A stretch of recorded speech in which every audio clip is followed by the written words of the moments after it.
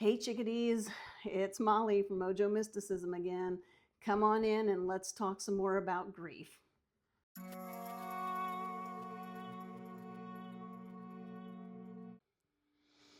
Hey chickadees, welcome to another episode of Mojo Mysticism. Today, we've been asked to pull from a crazy new card deck I got that I really like called the Mystic Martian Oracle. So this ought to be fun.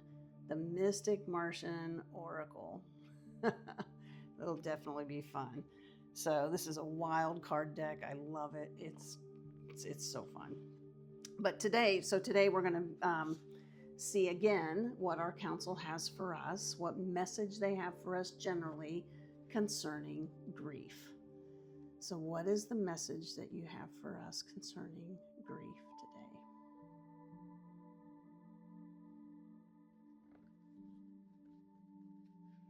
Okay, let's see.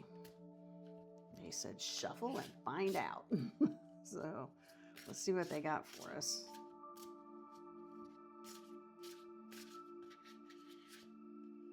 Goodness. Okay, there we go. One card's popped out. So, all right, let's see what we got here.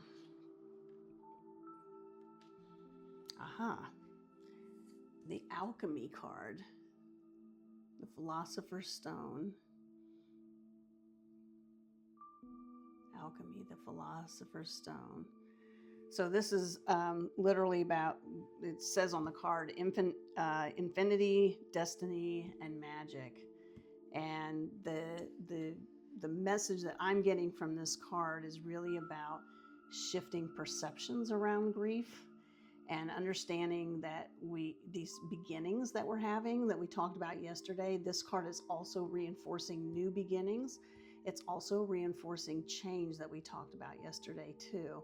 Looking at how we shift our perception about new beginnings and about change, and how we embrace the beauty in the vulnerability and the grief as we move through the change to the new beginning is really what this is all about. So this card is just reinforcing everything we talked about yesterday as we go through new beginnings, as we are experiencing change in our lives. That grief, it definitely comes, and it comes in waves, and it comes in weird waves. So I had a situation just last week, actually, where I was driving by the road to turn to go to my sister's, and as I was driving past that, I was thinking about how happy I was for her for a big event that's happened in her life.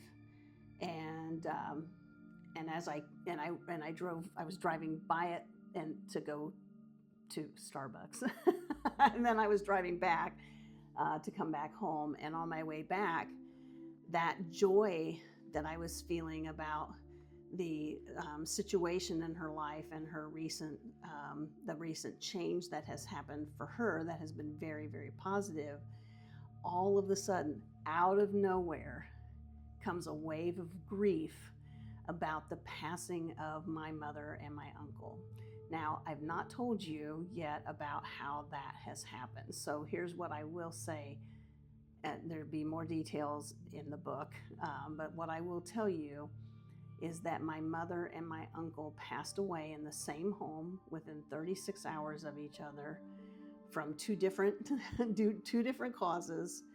And the wave of grief was kind of just triggered by this really positive thing and change that happened in my sister's life. And it brought that grief back up, right? I talk to my mom almost every day. I'm closer to her now that she's transitioned than I was when she wasn't, because I can talk to her anytime, anywhere. And there was some trauma around that whole set of circumstances that took place. And so this grief actually manifested itself as grief for that event. And as traumatic as that event was, I think that grief was really, it's really resonating through the change that has happened in me. It's really more of a grieving about what I had gone through generally, not just the passing of those two loved ones, but all of the change that had happened since then, and especially the change that's happened in the last 12 months. So there's been, and that is directly related to spiritual transformation. And so it was really, really interesting. And I've had this happen before, especially grieving grieving the loss of a loved one can be really surprising. So I will tell you another situation where it was not long after my father passed away. Actually, it was several months after he passed away, where I was actually going to visit the mother of a friend of mine who was in the hospital and meet her up there. And we walked into the hospital, and Tina was with me. And, you know, you hit the door to go through to the hospital wing where she was at. And the sound of the door hinges opening literally buckled my knees. So I literally was holding on to the chair rail, trying to keep myself vertical.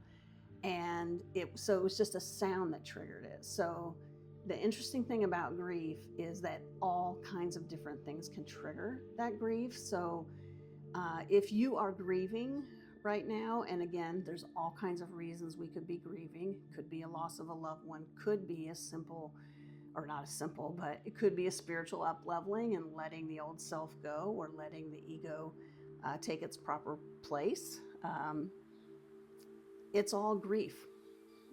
And our job is to allow it to occur. Don't resist it. Allow the emotions to come. Allow them to flow through you. Don't stuff them. So I know to some degree we might feel like we have to just to get through the day, but it's really important that you don't become stuck there, because when you become stuck there, it can be devastating to your life. So it can really wreak havoc in your day-to-day activities. So let those emotions come up, embrace them for what they are, honor them, and let them flow through you. Okay, so that you're not stuck with them. So, all right, chickadees. Well, thank you so much for joining us today. Again, hit subscribe, and know that when you're grieving, your guides are carrying you through that.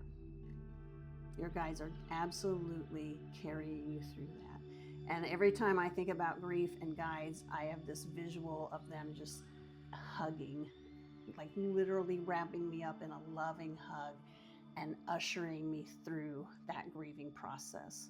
So definitely lean on your guides as you're grieving. They've got you. They will carry you through it, and they'll never let you down.